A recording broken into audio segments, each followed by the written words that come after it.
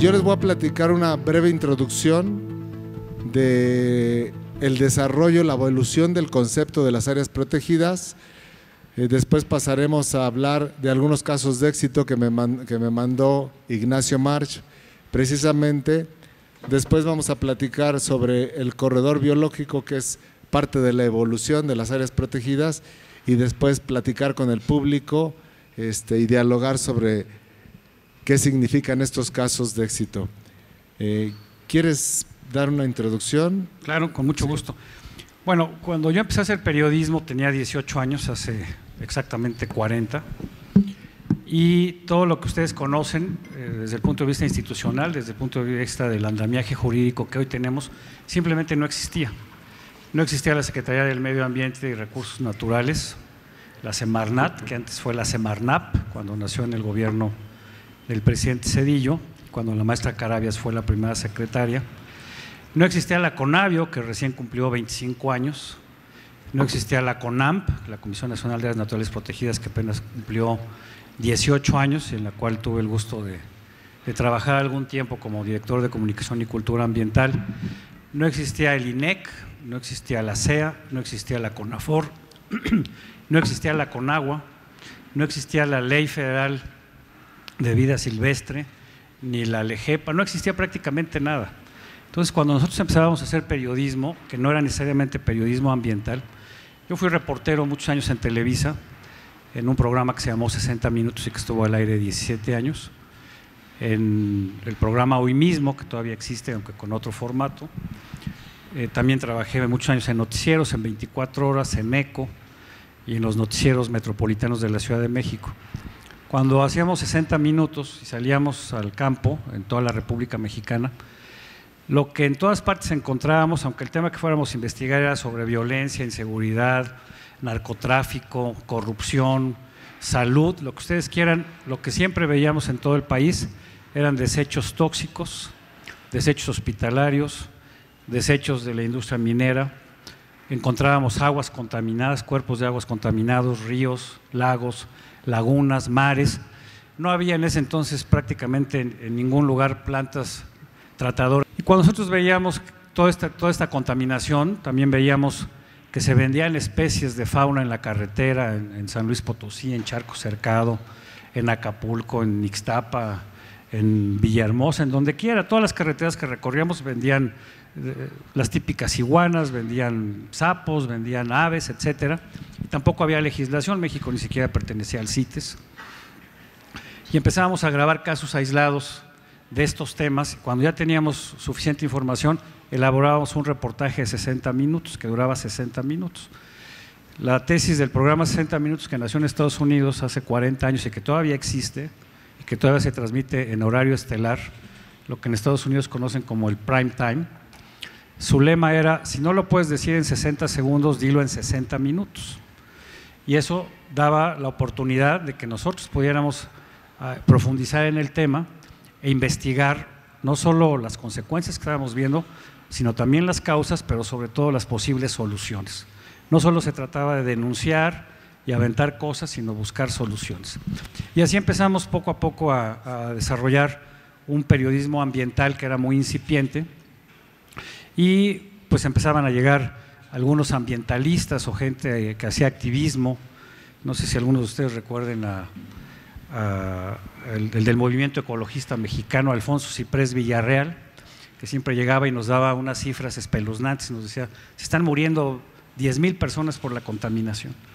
Y cuando buscábamos las cifras para ver si esto estaba fundamentado, pues resulta que no había estadística, porque no había estadística en esa época. Y entonces le decíamos: oye, tú dices muchas cosas que no son. Y él decía algo que me pareció genial, y decía: a un mentiroso oficial, un mentiroso extraoficial. ¿Por qué? Porque lo que ellos querían era llamar la atención de la gente, hacer ruido, que es un poco lo que hace Greenpeace International y luego Greenpeace México, que es llamar la atención con acciones muy, muy atractivas para que la gente los voltee a ver, ¿no? Por ejemplo, ponerle una venda a la Diana Cazadora, o un preservativo al Ángel de la Independencia, o encadenarse en el muelle que pensaban construir en Cozumel para proteger el arrecife, porque esta era la única forma en ese entonces de llamar la atención del público. No había redes, no había tantos canales de televisión, no existían los canales de televisión que hoy tenemos de National Geographic o de Discovery Channel, y los reportajes sobre medio ambiente en la tele pues eran contados. Y poco a poco empezamos a avanzar, a asesorarnos de la academia y los científicos, a participar con los grupos legislativos en la Cámara de Diputados y Senadores para aportarles algunas ideas de lo que nosotros encontrábamos. Porque en ese entonces, hoy ya no tanto, pero en ese entonces la televisión abierta tenía un impacto enorme porque no competía con Netflix, con las redes, con los DVDs, los Blu-rays y toda la tecnología que hoy tenemos. Entonces, cuando nosotros pasábamos un reportaje en la tele, que era los domingos a las 11 de la noche, llegábamos a tener un impacto de telenovela. El rating que teníamos era rating de telenovela, y entonces eso generaba toda una ola de reacciones, a veces buenas, a veces no tanto, pero eso nos permitió ir generando conciencia ambiental. Y en lo personal, yo soy buzo desde hace muchos años, me gusta mucho el tema acuático, la natación y sobre todo el buceo, y alguna vez se me ocurrió preguntar si podía hacer documentales submarinos para Televisa. Y el señor Azcárraga, el viejo Azcárraga, que ya murió hace muchos años, era una gente que amaba mucho el mar y la vida marina, y le pareció maravilloso. Entonces me dieron la oportunidad durante 10 años de estar explorando los cuerpos de agua en México, lo clásico, ir a la Laguna de la Media Luna, íbamos a bucear al Nevado de Toluca cuando no era área natural protegida y podíamos bucear, y encontrábamos vestigios arqueológicos, y lo mismo en el río de las Estacas, e incluso en la laguna que todavía existía en el Popocatépetl, que después se evaporó cuando la temperatura subió muchísimo. Y después fuimos los primeros en bucear los ríos subterráneos de Quintana Roo. Recorrimos 40 kilómetros abajo de la tierra durante 10 años, íbamos documentando todo y hacíamos programas, y fuimos los pioneros en bucear en los cenotes de la península de Yucatán, y encontrábamos también vestigios mayas, paleontológicos, en fin, todo era una gran aventura, porque además no había tecnología, los equipos de buceo eran caros, eran pesados, grabábamos con camaritas de Betacam, High 8, etcétera, y además lo hacíamos con nuestros propios recursos porque no había un presupuesto para hacerlo. Y eso nos permitía ir conociendo también las comunidades, los estados, la gente, la parte cultural, la parte histórica, desde luego, la parte social, la gastronomía, no se diga, ¿no? Comer en Yucatán, en Chiapas, en Tabasco, en Puebla, en Jalisco, pues es maravilloso. Y sobre todo irnos compenetrando con las comunidades indígenas, ¿no? Que tienen un gran acervo y un gran interés y un gran compromiso con los recursos naturales.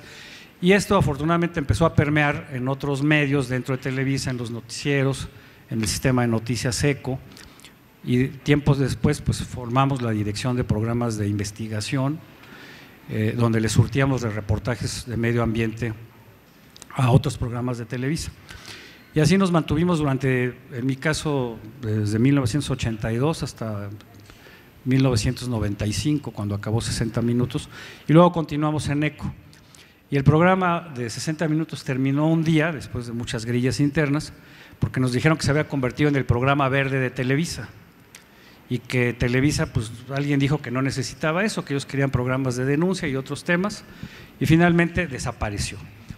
Intenté con TV Azteca, en ese entonces, sí, ya era TV Azteca, con el 11, con la televisión educativa, y hacer este tipo de programas resulta muy caro y además se requiere de mucho tiempo porque la investigación es larga. Hubo programas en los que nos llegábamos a tardar 1 año, 2 años, 3 años, hasta que teníamos toda la información. Y casualmente los últimos programas que hice en Televisa fueron cuando la salinera ESA quería expandirse, afectando el hábitat de reproducción de la ballena gris. Y de hecho lo recuerdo muy bien porque Pedro estuvo en esos últimos programas que hicimos. Tú estabas en Semarnat y bueno, pues lo que buscamos era darle voz a todos, ¿no? Tanto a los ambientalistas como a la empresa, a las autoridades y a la gente que se oponía a que se ampliara la salinera, que es una empresa 51% mexicana, 49% de capital japonés. Y como los japoneses todavía cazan y se comen a las ballenas, tenían muy mala imagen, entonces era muy mal visto que esta empresa, cuyo presidente del Consejo de Administración era el secretario de Comercio o de Economía, pues les diera el permiso. Con todo, y que Pedro se recordara que el estudio de impacto ambiental estaba bien y permitía que se ampliara la salinera sin afectar a la ballena. Pero como ya había mucha presión social y del público, pues entonces un día el presidente Zedillo vio los programas y dijo, pues no se hace. Por cierto, iba a Revillagigedo a bucear cuando le presentaron los programas y tomó una decisión política que no técnica, pero sin embargo lo que a nosotros nos dejaba ver era, por un lado, que sí era importante el trabajo que estábamos haciendo y que además tenía un impacto y que generaba cambios en la legislación, en la política, pero sobre todo en la manera de generar conciencia social en la gente. En 1994 hicimos unos programas en Cozumel porque querían construir un muelle sobre el arrecife Paraíso, y a la maestra Carabias, que en ese entonces era la titular del INE, el Instituto Nacional de Ecología, pues le juraban y le perjuraban que el arrecife estaba ya partido y que ya estaba semi-muerto. Y nosotros demostramos que no era así y que el muelle se tenía que mover. Se movió 500 metros, se le impusieron condicionantes adicionales y esto generó también pues una gran felicidad en los pobladores, en los buzos, en los pescadores, porque fue uno de los primeros triunfos ambientales de la gente a través del activismo y utilizando los medios. Hoy tenemos las redes y entonces la capacidad de generar por lo menos interés y después opinión y después actitudes o acción es mucho más rápida que la que teníamos antes. Pero bueno, si nos vamos muy rápido a este recorrido de los últimos 40 años, hoy podemos decir, con todo y que somos muy críticos y autocríticos de lo que no hemos hecho, de lo que nos falta por hacer o de lo que hemos hecho mal, hoy sí podemos decir que de alguna manera hemos contribuido a que se haya desarrollado todo este andamiaje legal, que se haya generado esta conciencia en muchas personas que hoy son activistas, mucha gente que bucea. Por ejemplo, cuando hacíamos estos programas, me contaban de la Federación Mexicana de Actividades Subacuáticas que la matrícula de los interesados en tomar cursos de buceo había aumentado 1500%, porque la gente veía los cenotes, veía los ríos subterráneos, los lagos, las lagunas. Íbamos a hacer documentales al archipiélago de los Canarreos, a Cuba, a Belice, a la Amazonia, nos recorríamos todo el Amazonas desde Perú hasta la desembocadura en Macapá, en el Atlántico, íbamos a Alaska, al Nilo, a muchísimos lugares, y la gente lo veía y entonces se entusiasmaba, y además de que tomaba conciencia de cuidar mejor los recursos, pues le interesaba bucear y poder bajar y verlo de primera mano. Después de Televisa, bueno, pues hemos seguido en esta lucha desde distintas trincheras.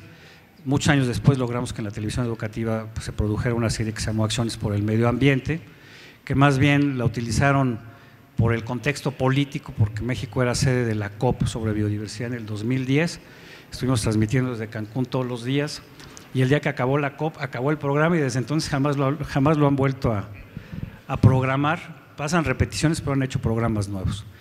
En la revista Época, de la cual fui reportero, ahí fundamos un suplemento de medio ambiente que se llamaba Basura y que duró poco porque nos costaba muy caro traer papel reciclado desde Canadá. En México todavía no había, entonces no era rentable.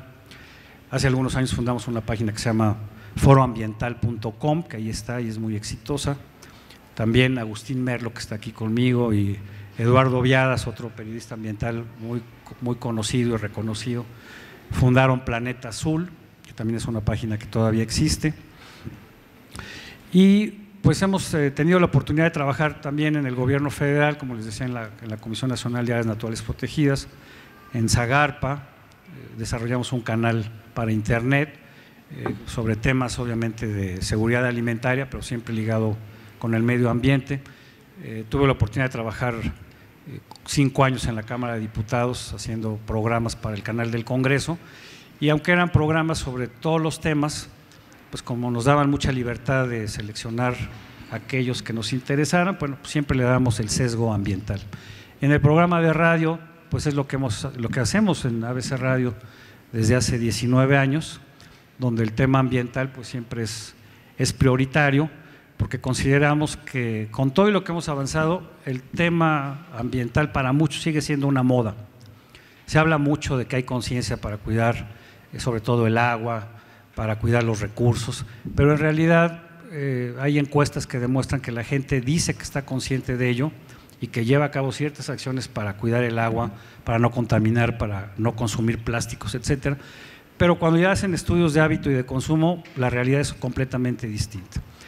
Y el gobierno federal, que también ha avanzado mucho y que ha tenido un papel importante, sobre todo en las negociaciones de cambio climático a raíz de la COP21 en París, pues tiene como que es un poco ambivalente, porque por un lado sí hay mucho interés en la agenda ambiental, en desarrollar políticas públicas, en toda la agenda que tiene que ver con el cambio climático, lo demuestran instituciones maravillosas como es la CONABIO, que afortunadamente durante estos 25 años ha gozado de una gran estabilidad política, porque solo ha tenido 2 titulares, ¿verdad? Jorge Soberón y el doctor Sarucán, que han estado ahí durante mucho tiempo, y eso les ha permitido hacer una labor muy intensa, muy inteligente, muy interesante y sobre todo a largo plazo.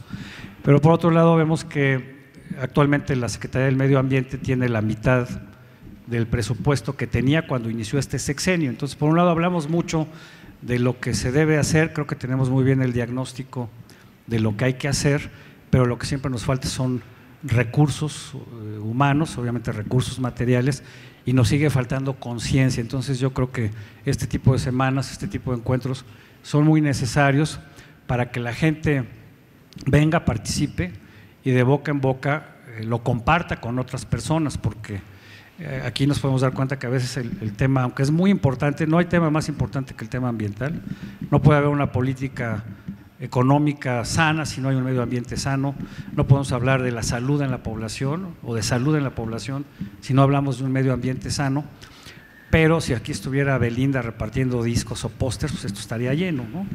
O si estuviera Cuauhtémoc Blanco haciendo campaña, pues también estaría yendo. Entonces yo creo que es importante que todos ustedes, a través de sus redes, de sus contactos, de sus páginas, de sus medios, desde sus trincheras, sigan apoyando el medio ambiente, sigan apoyando los esfuerzos de conservación, porque tenemos ya muy poquito tiempo para hacer lo que debemos hacer. Hace unos días conversaba con el doctor Gerardo Ceballos, que es un especialista del Instituto de Ecología de la UNAM, y con el doctor Rodolfo Dirso de la Universidad de Stanford, quienes hace poco lanzaron una campaña que apenas está agarrando fuerza y que se llama Stop Extinction. Y me decían, mira, en 100 años hemos perdido el mismo número de especies que la naturaleza se encargó de eliminar por alguna razón o de sustituir en un lapso de 28,000 años. En 100 años hemos acabado con lo mismo que la naturaleza le tomó 28,000 años. Y de 1970 a la fecha hemos terminado con el 58% de todos los ejemplares, de todas las especies que existen en el planeta. Entonces, de ese tamaño es el problema que estamos enfrentando. Si no hacemos lo que tenemos que hacer en los próximos 10 años, después va a ser irreversible, porque la extinción es para siempre, y salvo que la ciencia logre, como en Jurassic Park, reproducir muchas especies que ya no existen, pues simplemente las habremos dejado ir para siempre. El planeta siempre está en constante evolución y se adapta, pero ahora no se puede adaptar tan rápido a los cambios, sobre todo la biodiversidad. Antes, se supone que estamos viendo la sexta extinción, lo que llaman la defaunación del antropoceno. Quiere decir que hubo 5 extinciones masivas antes, solo que el planeta tuvo millones de años para recuperarse, y para recuperar algunas especies o para desarrollar otras, con la gran ventaja de que no existía la especie más depredadora que somos nosotros, que somos el hombre. Así es que ojalá todos podamos participar en esta cruzada. Muchas gracias.